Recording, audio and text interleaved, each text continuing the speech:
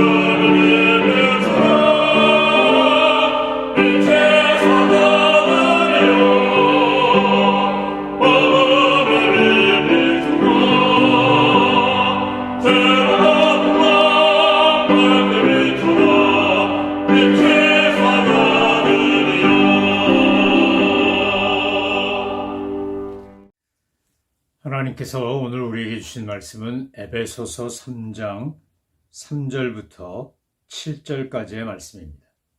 하나님의 말씀을 받들어 읽겠습니다. 곧 계시로 내게 비밀을 알게 하신 것은 내가 먼저 간단히 기록함과 같으니 그것을 읽으면 내가 그리스도의 비밀을 깨달은 것을 너희가 알 수 있으리라. 이제 그의 거룩한 사도들과 선지자들에게 성령으로 나타내신 것 같이 다른 세대에서는 사람의 아들들에게 알리지 아니하셨으니 이는 이방인들이 복음으로 말미암아 그리스도 예수 안에서 함께 상속자가 되고 함께 지체가 되고 함께 약속에 참여하는 자가 됨이라. 이 복음을 위하여 그의 능력이 역사하신 대로 내게 주신 하나님의 은혜의 선물을 따라 내가 일꾼이 되었노라. 아멘. 에베소서 3장 이제 1절부터 14절까지의 말씀, 13절까지의 말씀은 사도 바울이 하나님의 구원의 경륜의 비밀에 대하여 이야기하고 있는 내용입니다. 그러니까 1장, 2장으로 편지가 이어져 가다가 3장 1절부터 13절까지는 이제 일종의 삽입구와도 같은 겁니다. 그런데 왜 이 삽입구를 넣느냐? 그것은 사도 바울이 지금 로마 감옥에서 에베소 교회에 편지를 보내고 있는데 이 에베소 지역에 있는 교회 성도들이 사도 바울이 감옥에 있는 것으로 인하여 혼란에 빠지거나 오해하거나 신앙에 대해 회의에 빠지거나 하는 것을 막고자 하기 위함입니다. 그들에게 바른 이해를 주어서 사도 바울이 당하는 고난이 왜 고난을 당한 것인지 또 무엇 때문에 이 어려움을 겪고 있는지를 알게 함으로 말미암아 신앙생활, 성도로서 살아가는 데 있어서 믿음으로 살려고 할 때 고난이 피할 수 없는 것이고 도리어 그 고난을 통해서 그리스도의 고난을 내 몸에 채우는 영광을 경험케 하기 위함입니다. 그래서 베드로전서 4장 12절로 14절에서 그리스도의 이름으로 욕을 받는 자는 복이 있다고 했고, 디모데후서 3장 12절에서는 그리스도 안에서 경건하게 살려는 사람은 박해, 핍박을 받는다고 했습니다. 골로새서 1장 24절에서는 바로 내가 내 몸에 그리스도의 고난을 채운다. 교회를 위하여 내가 내 몸에 고난을 채운다고 했던 바울이 3장에서는 위의 것을 생각하라, 땅의 것을 생각하지 말라고 그렇게 권면했다고 말씀드렸습니다. 이제 오늘 3장 2절부터 7절, 3절부터 7절의 내용에서 지금 우리가 보고 느끼고 깨달아야 되는 건 뭐냐? 에베소 교회 교인들에게 이미 사도 바울이 편지를 통하여 이야기했고 강조한 교훈을 또다시 반복하고 있다는 겁니다. 왜 또다시 반복하는 거냐? 그 내용이 너무 중요하기 때문에 그렇습니다. 이것을 반복 또 반복, 강조 또 강조함으로 인해서 예수 믿는 사람들이 당하는 환난에 대한 바른 이해와 복음과 성도의 신앙생활에 대한 바른 이해를 하도록 하기 위함입니다. 에베소 교인들이 낙심하거나 그들이 절망하거나 회의에 빠지는 것이 아니라 도리어 13절에 나오는 말씀처럼 너희를 위한 나의 여러 환난에 대하여 낙심하지 말라. 이는 너희의 영광이니라 한 것처럼 그 고난 속에서 하나님을 찬양하는 바울을 보며 언제나 믿음 안에서 하나님께 감사하고 찬양하는 사람이 되라는 뜻인 겁니다. 여러분, 사도 바울이 복음을 전한 에베소는 그 아데미 여신, 로마에선 다이애나라고 말하는 그 아르테미우스 여신을 숭배하는 그런 도시였고 매우 불경건하고 부도덕한 도시였습니다. 사도 바울은 이 우상 숭배와 부도덕함이 가득한 그 도시에 가서 이방인들이 복음을 듣고 구원받도록 하나님에 의해 선택되고 파송된 이방인의 사도였습니다. 만약에 사도 바울이 유대인들에게만 복음을 전했다면 로마 감옥에 가서 고난을 당하고 고초를 당하는 일은 안 겪었을 수도 있습니다. 왜냐하면 유대인들은 이미 자기들이 선민이고 자기들만 하나님의 은혜와 복을 받아 누린다고 생각하고 있는데, 아니 갑자기 유대인의 대표격이라고 생각했던 바리새인 중에 바리새인이요, 가말리엘 문화생이요, 베냐민 지파요, 탁월한 지도자라고 여겼던 바울이 어느 날 갑자기 유대교를 배신하고 예수 안에서는 헬라인이나 유대인이나 종이나 자유자나 남자나 여자나 다 동등하다 그러면서 이방인도 유대인들처럼 하나님의 은혜를 입을 수 있다라고 외쳐대니 얼마나 눈에 가시와 같고 못마땅하고 저건 정말 없애버려야 되겠다고 그렇게 이를 갈았겠습니까? 그 바람에 지금 사도 바울은 이방인의 사도가 되어 이방인에게 복음을 전한 것 때문에 감옥에 간 겁니다. 환난을 당한 겁니다. 자기의 죄나 잘못 때문이 아니라는 겁니다. 어제도 말씀드린 것처럼 죄 때문에 당하는 고난은 회개하고 변화해야 해결됩니다. 그런데 하나님의 영광을 위해 하나님의 섭리 가운데 겪는 고난은 그것은 그렇게 쉽게 끝나지 않습니다. 왜냐하면 그리스도의 고난을 채우기까지 그 시간이 충분히 요구되는 것이고, 또 그런 하나님의 영광을 위하여 고난당하는 이들을 통해 그들의 땀과 눈물과 피를 통해 주님의 몸된 교회가 세워지고 자라기 때문입니다. 사도 바울은 자기를 가리켜 늘 사도라고 부릅니다. 왜 사도라고 부르는 겁니까? 사도는 특별한 하나님의 은혜 가운데 독특한 사명을 가지고 선택받은 사람이기 때문에 그렇습니다. 사도 바울에게 있어서 사도권의 근거는 다마스커스 가다가 예수님 만난 그 사건입니다. 그래서 3장 1절에서도 이렇게 말하지 않습니까? 이러므로 그리스도 예수의 일로 너희 이방인을 위하여 갇힌 자 된 나 바울이 말하거니와, 지금 사도 바울은 예수 그리스도의 일, 그리스도 예수의 일이라고 표현한 다메섹 사건을 통해서 하나님이 사도 바울을 이방인의 사도로 선택하셨고 파송하셨다는 겁니다.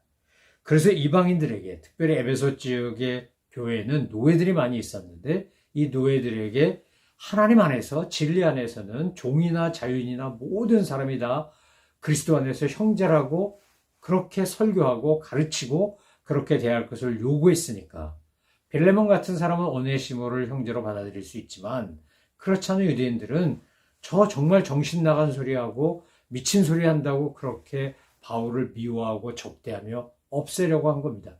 그래서 황제에게 재판을 요청하는 바람에 로마까지 갔고 로마 감옥에 가 있는 겁니다. 사도 바울은 자기가 받는 고난이 이방인의 사도로서 받는 고난이기 때문에 도리어 그는 기뻐했고 감사했습니다. 지금 에베소 교인들에게도 이것이 너희의 영광이다 이렇게 말하지 않습니까? 하나님의 비밀을 맡은 자가 바울이라고 스스로 말하는데 오늘 2절, 3절부터 시작해서 7절까지에 보면 그 비밀이 뭔지가 6절에 자세히 소개되고 있습니다. 자, 6절 한번 보겠습니다. 이는 이방인들이 복음으로 말미암아 그리스도 예수 안에서 함께 상속자가 되고 함께 지체가 되고 함께 약속에 참여하는 자가 됨이라. 유대인이나 이방인이나 복음으로 말미암아 그리스도 예수 안에서 함께 상속자가 되고 지체가 되고 그러니까 몸이 되고 약속에 참여하는 자가 된다는 겁니다. 여러분 이게 얼마나 놀라운 이야기입니까? 조선시대만 해도 양반 있고 상민 있고 그야말로 백정이라고 또 갑바치라고 무시당하던 천민들이 있었습니다. 그러니까 양반이 있고 보통 사람이 있고 인간 이하, 보통 사람 이하가 있는 겁니다. 그런데 복음이 들어오니까 아니 천민 취급받는 갑바치에게 가서 고종황제 고쳐주던 손으로 진료하고 고쳐주고 이런 게 나타나니까 어떻게 그 당시에 천민 취급받던 사람들에게 천지개벽 같은 일이 아니겠습니까? 동시에 양반들에게도 이건 있을 수 없는 일인 겁니다. 연동골 교회가 모여서 양반과 상놈이 함께 예배를 드리니까 양반들이 못 견뎌서 뛰쳐나가지 않습니까? 나중에 결국 그 교회로 돌아와서 함께 신앙생활을 했는데 그런 인간적인 편협하고 폐쇄적인 생각으로 꽉 차 있는 것은 조선시대 양반만이 아니라 민족적으로 유대인들이 그랬습니다. 유대인들은 자기들만 후사입니다. 자기들만 지체입니다. 자기들만 하나님의 약속에 참여하는 자라고 여태 믿고 살아왔는데 아니 갑자기 사도 바울 같은 이방인의 사도들이 나타나서 선지자들이 나타나서 아니다. 복음에는 그리스도 예수 안에는 이방인이나 헬라인이나 다 같이 함께 그렇게 지체가 되고 약속에 참여하는 자가 되고 함께 상속자가 된다. 이러니까 이것을 받아들일 수가 없는 겁니다. 그런데 여러분 이것이 바로 하나님의 비밀로서의 교회입니다. 교회는 함께 누구나 다 함께 상속자가 되고 지체가 되고 약속에 참여하는 자가 됩니다. 구약 성경에서 유대인들의 가장 배타적이고 교만한 모습을 잘 보여준 이가 있다면 요나일 겁니다. 요나는 니느웨 가라고 분명히 지시 받았는데 하나님의 명령 받았는데 저 우리 못되게 굴고 괴롭힌 저 니느웨 저거 망해버려야 돼. 전 나쁜 놈들이니까 그러고 니느웨 가라는데 말 안 듣고 어디로 갑니까? 다시스로 가려고 요바에서 배를 탑니다. 그러다 풍랑이 일고 큰 물고기 통해서 결국 니느웨 갑니다. 니느웨 가서도 그는 3일 길을 다니며 복음 전해야 되는데 하나님의 메시지를 전해야 되는데 하루길밖에 안 다닙니다. 왜요? 유대인의 입장에서 보자면 니느웨에 이런 복된 소식이 증거되면 안 되는 거죠. 저 사람 망해야 되는 거예요. 여러분 신약시대에도 베드로가 아니 율법을 주시니까 하나님인데 보자기에 쌓여서 먹어라 그러는데 못 먹는다고 버티잖아요. 못 먹어요. 안 먹어요 이거. 율법에 먹지 말라고 그랬어요. 아니 율법 주신 분이 하나님인데 하나님이 먹으라 그러는데도 그렇게 버티는 그게 바로 유대인입니다. 그런데 그 보자기 환상이 끝나자 고넬료라고 하는 경건한 이방인의 가정에서 베드로를 청하지 않습니까? 베드로가 성령님의 역사하심에 순종해서 갔더니 그때 이방인에게도 성령이 임하고 이방인에게도 복음의 능력이 임하는구나 하는 걸 베드로도 경험합니다. 여러분 유대인은 정말 그런 사람들입니다. 근데 사도 바울도 유대인인데 골수 유대인인데 하나님께서 사도로 세우시기 위하여 이 그리스도 예수의 일 다메섹 사건을 통하여 그를 거꾸로 틀고 그를 하나님의 사도로 예수님의 사도로 만드신 겁니다. 그리고 그 예수님의 사도가 된 바울은 이방인을 위하여 계시의 말씀을 기록하여 전합니다. 여러분 이 서신서들 또 복음서들 예수님이 이 땅에 오신 다음에 이 예수님에 관한 말씀을 사도와 선지자들이 전했다. 교회는 사도와 선지자들의 터 위에 서 있다. 예수님이 모퉁이 돌이시고 사도와 선지자의 터 위에 교회가 있다라고 말하는 것은 그들이 만난 예수님, 그들이 증언한 예수님을 기록한 계시로 성경으로 남겨놓았기 때문입니다. 그러니까 사도와 선자의 터는 결국 성경이고, 이 기록된 계시의 말씀을 읽으면 하나님의 놀라운 섭리와 비밀을 알게 됩니다. 여러분, 이 온 우주 만물을 창조하신 하나님이 인간이 쓴 언어 속에다 하나님의 그 놀라운 비밀과 계시를 담아놓을 수 있었겠습니까? 이건 불가능한 겁니다. 그러나 우리가 이해해야 되니까 우리가 쓰는 언어로 하나님의 비밀과 계시가 알려진 겁니다. 그래서 성경을 읽으면 하나님의 계시와 비밀을 알 수 있습니다. 그런데 아무리 성경을 읽어도 성령님이 역사하시고 감동하시지 않으면, 영의 눈이 뜨지 않으면, 신적인 지혜가 없으면 읽어도 무슨 말인지 모르고, 읽어도 이해도 안 되고, 납득도 안 되고, 동의도 안 되고, 이게 뭐 말 같지 않은 소리냐 이러고 도리어 화를 내게 되어 있습니다. 그런데 성령님이 임하시면, 그 성령님이 우리의 영적인 눈을 뜨게 하면, 그럼 어떻게 된다는 겁니까? 그 비밀과 계시를 알게 된다는 겁니다. 자, 1장에서 분명히 이렇게 말하지 않았습니까? 우리는 그리스도 안에서 그의 은혜의 풍성함을 따라 그의 피로 말미암아 속량 곧 죄사함을 받았느니라. 이는 그가 모든 지혜와 총명을 우리에게 넘치게 하사 그 뜻의 비밀을 우리에게 알리신 것이요. 이렇게 되어 있습니다. 6절, 7절, 8절, 9절 말씀을 보면 사도 바울이 처음에 에베소 교회 편지를 보내며 그렇게 하는 겁니다. 예수님을 통해 우리를 구원하셨고 성령님을 통해 지혜와 총명을 더하셔서 주님의 계시의 말씀, 그 비밀을 알게 하셨다. 여러분, 유대인만 아니라 이방인에게도 누구에게도 다 같이 공개된 비밀은 바로 예수 그리스도고, 하나님의 비밀은 바로 예수 그리스도의 복음인 겁니다. 그리고 이 복음을 위하여 오늘 사도 바울은 이방인의 사도로 부르심을 받았다. 나는 그 비밀을 알고 전하는 사람이고 그 비밀의 전달자인 일꾼이다 라고 하는 것이 오늘 사도 바울이 하고 있는 신앙 고백이자 자기 이해인 겁니다. 그러니까 감옥에 가서도 기쁜 겁니다. 내가 그리스도의 일꾼으로서 이방인의 사도로서 당하는 고난이기 때문에 이것은 내게는 흔적이자, 내게는 이것이 증거이자, 이것이 하나님의 표직이 되는 겁니다. 표징이 되는 겁니다. 여러분, 오늘 우리가 하나님 안에서 정말 구원받고 하나님의 백성이고 일꾼이 되었다면 우리에게도 이런 증거, 표적, 흔적이 있으셔야 합니다. 예수님 때문에 고난당하고 예수님 때문에 손해보고 예수님 때문에 핍박받으면 감사하시라고 했죠. 기뻐하시라고 했죠. 내가 복음을 위하여 또는 진리를 실천하는 과정 속에 당하는 오해나 비난이나 공격이나 조롱이나 멸시가 있다면 여러분 그게 훈장인 겁니다. 하나님 앞에서 감사할 일이지 탄식할 일이 아니라는 겁니다.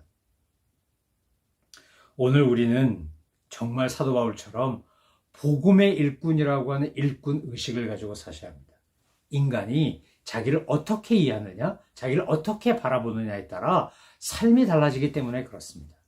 어떤 이는 한 가정에 복음의 일꾼으로 선교사로 파송되신 분이 있습니다. 어떤 분은 한 지역에 보내진 분이 있습니다. 어떤 분은 일터에 보내진 분이 있습니다. 어떤 분은 땅끝에 보내진 분이 있습니다.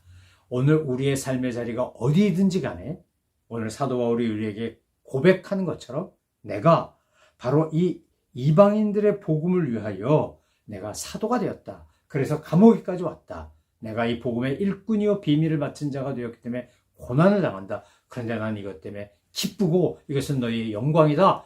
이렇게 말할 수 있는 오늘 저와 여러분 되시기를 주님의 이름으로 축원합니다. 기도하겠습니다. 하나님 아버지 감사합니다.